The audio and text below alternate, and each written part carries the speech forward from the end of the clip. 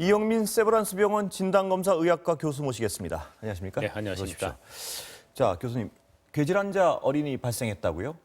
예, 지금 그런 보고가 나왔는데요. 예. 그동안 이제 그 정식 명칭은 소아다계통 염증 증후군이고요. 아, 예. 그다음에 이제 줄여서는 저희가 다기관 염증 증후군이라고 예. 얘기를 합니다. 예. 근데 지금 이 질환의 경우에 있어서는 영국에서 처음 보고가 됐고 예. 현재까지 이제 13개국에서 보고가 됐습니다. 예. 유럽에서는 230여 명 정도의 환자가 예. 보고가 됐고 미국에서는 220명 정도가 보고됐는데 이 질환이 이제 국내는 그동안 없다고 생각을 해왔었는데 이제 오늘 질병관리본부에서 발표를 하면서 서울 지역에서 2명의 사례가 보고되었다라고 얘기를 했습니다. 근데 이제 그 중에 한 명은 사례정에 이제 부합하는 것으로 발표를 했고 한 명은 보고는 됐지만 사례정의하고는 일치하지 않는 측면이 있다라고 보고를 했습니다. 이게 어떤 증상으로 나타나는 건가요? 궤질은 지금까지 보고된 거는? 예, 이제 이게 여러 가지 이제 증상이 있는데요. 일단은 0에서 이제 19세 예. 사이의 어린이하고 청소년들이 3일 이상의 이제 발열을 보이고 예. 그러면서 이제 몇 가지 염증 증상을 보입니다. 아, 그 지금 이제 그림 나오는 거죠? 아, 지나갔네요. 예, 그 맞습니다. 빨갛게 달아오르고 이런 거 말씀이시죠? 예, 맞습니다. 예. 피부 발진을 포함한 이제 전신적인 예. 염증 증상과 함께 예. 이제 일부에서는 저혈압이나 쇼크를 보일 수도 있고요. 예. 그다음에 혈액 응고에 이상이 있으면서 이제 설사나 구토 예. 등의 증상을 보이는데 이제 혈액 검사에서도 염증 수치가 나오면서 다른 감염이 완전히 이제 배제가 되면은 그러면은 이제 요 정의에 맞다고 얘기를 합니다. 근데 이 질환 자체가 무서운 것이 예. 이 병에 걸렸을 때 이제 거의 대부분이 회복이 되지만 근데 일부 아이들의 경우에 있어서는 이제 심장에 저희가 혈액을 공급하는 관상동맥이라고 부르는 혈관들이 있거든요. 근데 그쪽 혈액에 이제 염증이 생기면서 관상동맥에 문제를 초래를 해서 이제 드물지만 사망하는 경우도 있고, 그다음에 이제 관상동맥에 여러 가지 이상을 초래하는 경우들도 있거든요. 그래서 그런 측면들 때문에 지금 저희가 약간 주의를 많이 하고 있습니다. 대단히 겁이 나는 병인데요. 우리나라가 외국에 비해서 이 궤질이 별로 발생하지 않았던 어떤 원인에 대해서는 추정이 가능한 게 있나요? 지금 아직까지는 그것도 모르는 상황인가요? 근데 이제 이 궤질이라고 부르는 게 이제 다기관 염증 증후군의 어떤 공식적인 병명은 아마도 가와사키 병하고 거의 비슷하다고 생각을 하는데요. 이 가와사키 병이라는 게 그 특정한 감염을 앓고 난 뒤에 그다음에 그 감염의 후유증으로 대략 한 2주에서 4주 정도 뒤에 나타나는 다기관의 어떤 혈관 질환이거든요.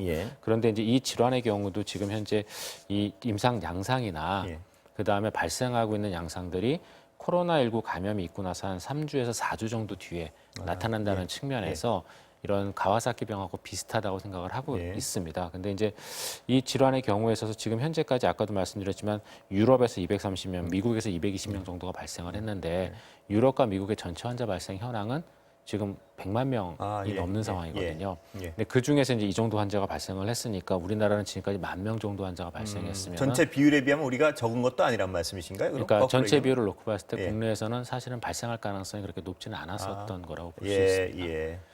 그렇다면 말씀하시지만 이게 상당히 어떤 증상이 진전된 다음에야 발생한다 이렇게 봐도 되는 건가요? 조기 치료가 필요하다 이렇게 해석할 수 있는 건가요?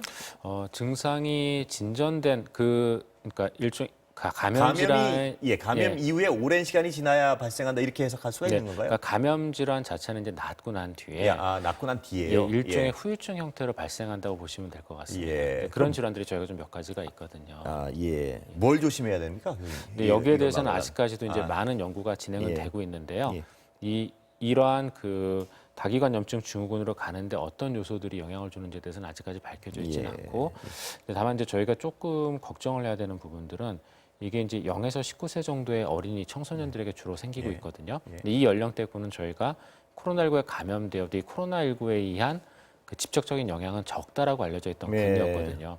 그런데 이 군 중에 일부 아이들의 경우에 있어서 이런 2주에서 4주 뒤에 이제 생각지도 못했던 이런 염증 증후군에 의해서 문제가 생길 수도 있다는 측면에서 하나가 중요하고요.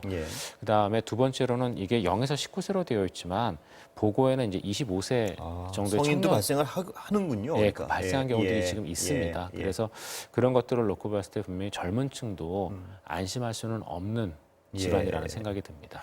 자, 그럼 다른 얘기를 좀 여쭤보겠습니다. 강서구 일대 학교 2차 등교가 다음 주 연기가 됐는데요. 유치원 확진자 1명 발생해서 그런데요, 교수님. 이렇게 1명 발생하면 또 연기하고 이렇게 가야 됩니까? 아니면 방역 대책을 어떻게 해야 돼? 이게 이 방법밖에 없습니까, 보시기에는?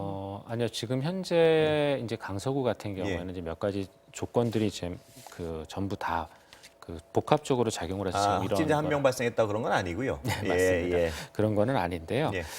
근데 지금 강서구 같은 경우에는 이제 학원 안에서의 어떤 집단 노출이 의심되시기 예. 때문에 예. 그리고 또 그 집단 노출의 대상이 되었던 그 군이 저희가 이제 무증상 감염이 굉장히 흔하게 나타나는 아이들 군이었기 때문에 지금 현재 이 질환이 어느 정도 코로나19가 지역사회에서 전파되는지를 모르는 상황입니다. 예.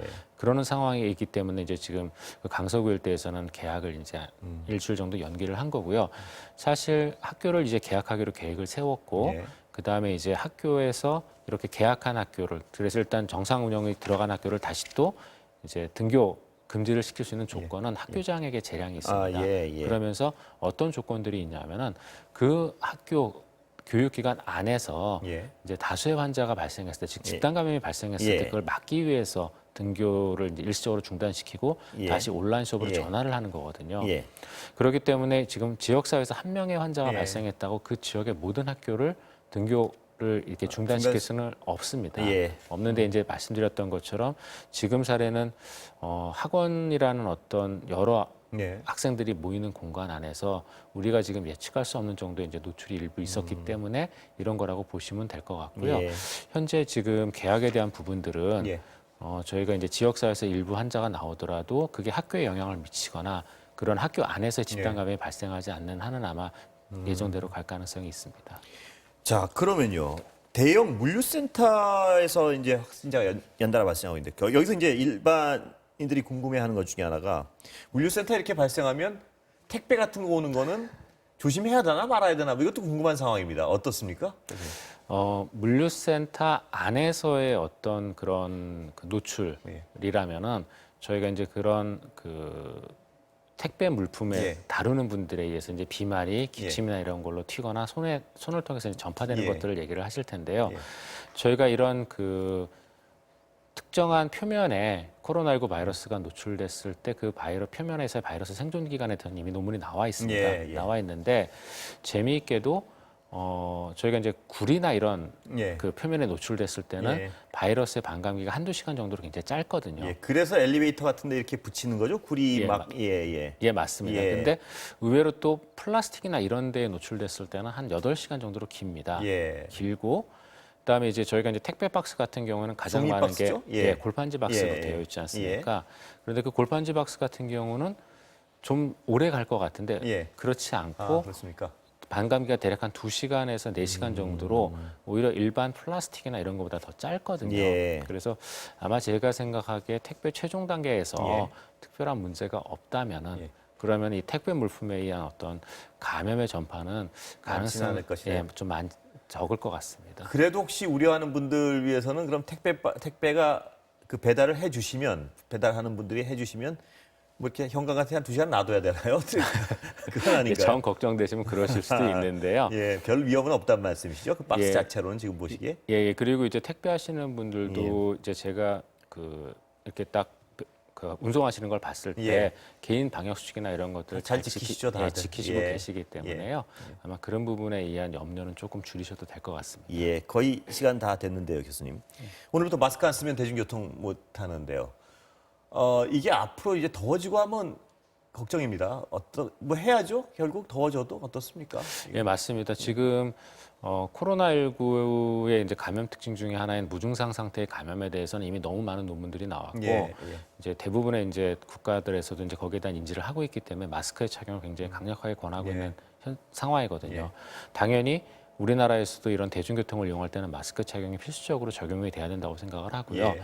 근데 말씀하신 것처럼 이제 점점 더 더워지는 날씨에서 이 마스크 착용을 어떻게 할 것인가에 대한 예. 고민들은 좀 일부 있습니다. 예. 그래서 마스크 착용에 대한 어떤 일종의 조금 더 세부화된 가이드라인이 필요하다고 생각을 하고 예. 그 이유가 지금 이제 대부분 착용하시는 그 마스크들이 KF94나 예. 이런 마스크들을 많이 쓰고 계시거든요. 근데 예. 그런 마스크는 사실 방어하기 위한 목적이지 비말이 분출되는 걸 막기 위한 목적은 아니거든요. 예. 근데 지금 현재 쓰고 있는 마스크들은 대부분 다 무증상 상태에서 나도 모르는 바이러스 비말을 막기 위한 예. 그런 마스크들이기 때문에 일종의 그 가벼운 형태의 마스크들로 좀 착용하셔도 시원하죠, 더? 예, 예. 그러셔도 제가 보기에 효과는 있을 것 같다는 생각이 예. 들고요.